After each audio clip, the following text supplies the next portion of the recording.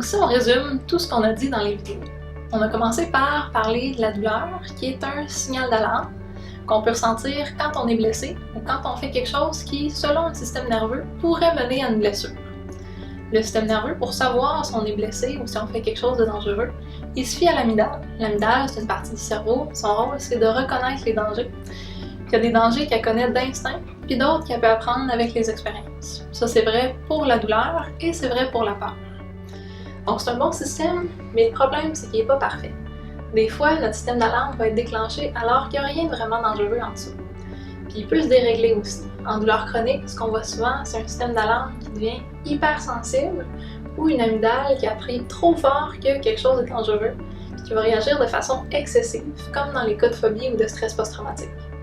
Ça ne veut pas dire que la douleur n'est pas réelle par contre, ou qu'elle est imaginaire ou qu'elle est dans la tête. La douleur, c'est toujours vrai. Quand on a de la douleur, il ne faut pas se demander est-ce que ma douleur est vraie ou non, elle est toujours vraie. Ce qu'on veut se demander, c'est plutôt est-ce que le danger est réel ou non. S'il y a réellement du danger, si on en a fait trop pour ce que notre corps était capable de prendre, ben là on va vouloir diminuer. Mais si c'est pas réellement dangereux, on a de la douleur parce que notre système d'alarme était hypersensible, il s'est déclenché sans qu'il y ait rien de réellement dangereux en dessous, ben là on va vouloir le réentraîner et le désensibiliser pour lui réapprendre que ce qui se passe, c'est pas dangereux. Ça, pour aider à répondre à la question est-ce que le danger est réel ou non, on peut suivre un petit peu notre jugement ou on peut demander à un physio ou un professionnel de la santé qui a évalué nos capacités physiques. C'est aussi important de ne pas négliger les autres facteurs comme le stress, le sommeil, qui peuvent avoir un gros impact sur la douleur. Et pour finir, on veut rester actif. On ne veut pas arrêter de faire l'activité physique parce qu'au contraire, de bouger, c'est bon pour le corps, ça l'aide à développer la force, la tolérance du corps, le rendre plus endurant.